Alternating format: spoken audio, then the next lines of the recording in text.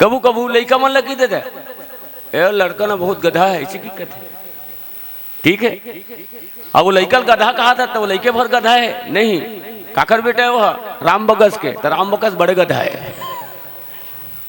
एक दिन रावण भेटे तो कहूँगा कजी पूरा रामायण ले पढ़थो में, हाँ 4 वेद 6 शास्त्र के ज्ञाता ऐसे की कथे ब्रह्मा में ले तोर कुल गिनथो तो तीसरा पीढ़ी माथस्ते हाँ काबर पहला नंबर में ब्रह्मा, दूसरा में पुलस्त और तीसरा में विशेषरवा नहीं का तोरा पूरा कुल हा मानत चले आवत है। उत्तम कुल पुलस्त के नाती सुई बिरंच पूजे बहु भांति तो इसने बूतल काबर करता तो 4 वेद 6 शास्त्र तो अक्कल देते धर नहीं। रावण का है पर्सनल मैटर घलो पूछ देते मनी रामते हाँ पर्सनल मैटर नो हैगा नहीं तो तोल बताइल पर ही काबर निगारबंद वाला मन पूछ दी तो मैं क्या बताऊं।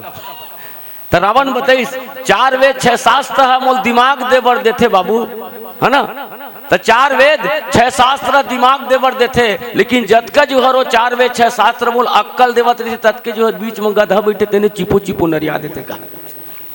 श्याम रामचंद्र की जय।